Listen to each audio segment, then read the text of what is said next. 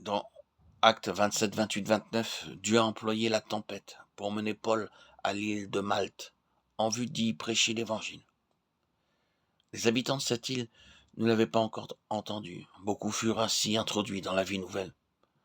Lorsque Paul et les autres gens les quittèrent pour se rendre à Rome, ils leur offrirent tout ce dont ils avaient besoin. Nous voyons ainsi que les tempêtes dans nos vies sont employées par Dieu pour nous conduire dans des bénédictions encore plus grandes. Beaucoup de gens se contentent de recevoir le pardon de leurs péchés et l'espérance d'occuper un strapontin au ciel. Mais le désir du Seigneur est que nous tendions à ce qui est parfait. C'est pourquoi, laissant les éléments de la parole de Christ, tendons à ce qui est parfait, sans poser de nouveau le fondement du renoncement aux œuvres mortes de la foi en Dieu, de la doctrine des baptêmes, de l'imposition des mains, de la résurrection des morts et du jugement éternel. Hébreux 6, 1, 2. Nous ne devons pas rester spirituellement en bas âge, mais nous devons aspirer à tendre à la perfection. Nous ne devons pas tirer gloire de nos expériences écoulées, aussi merveilleuses qu'elles aient pu être. Nous devons croire pleinement à la parole de Dieu et atteindre son niveau par sa force et sa sagesse. Dans le 7e chapitre de la lettre aux Hébreux 7, 11, 25, nous voyons comment le Dieu parfait désire ardemment nous amener à sa perfection par le ministère d'intercession de notre Seigneur Jésus-Christ, qui est notre souverain sacrificateur, fidèle et éternel.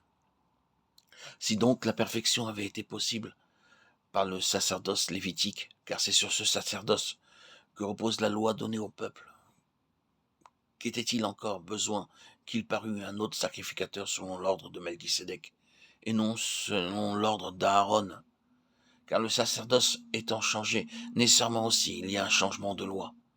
En effet, celui de qui ces choses sont dites appartient à une autre tribu, dont aucun membre n'a fait le service de l'autel. Car il est notoire que notre Seigneur est sorti de Juda, tribu dont Moïse n'a rien dit pour ce qui concerne le sacerdoce. Cela devient plus évident encore quand il paraît un autre sacrificateur, à la ressemblance de Melchisédek, institué non d'après la loi d'une ordonnance charnelle, mais selon la puissance d'une vie impérissable. Car ce témoignage lui est rendu. Tu es sacrificateur pour toujours selon l'ordre de Melchisédek. Il y a ainsi abolition d'une ordonnance antérieure à cause de son impuissance et de son inutilité. Car la loi n'a rien amené à la perfection et introduction d'une meilleure espérance par laquelle nous nous approchons de Dieu.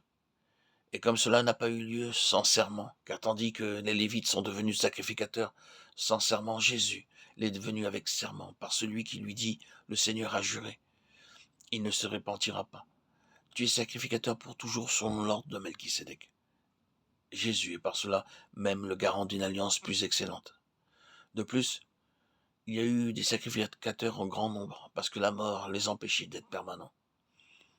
Mais lui, parce qu'il demeure éternellement, possède un sacerdoce qui n'est pas transmissible. C'est aussi pour cela qu'il peut sauver parfaitement ceux qui s'approchent de Dieu par lui, étant toujours visible pour intercéder en leur faveur. Hébreux 7, 11, 25.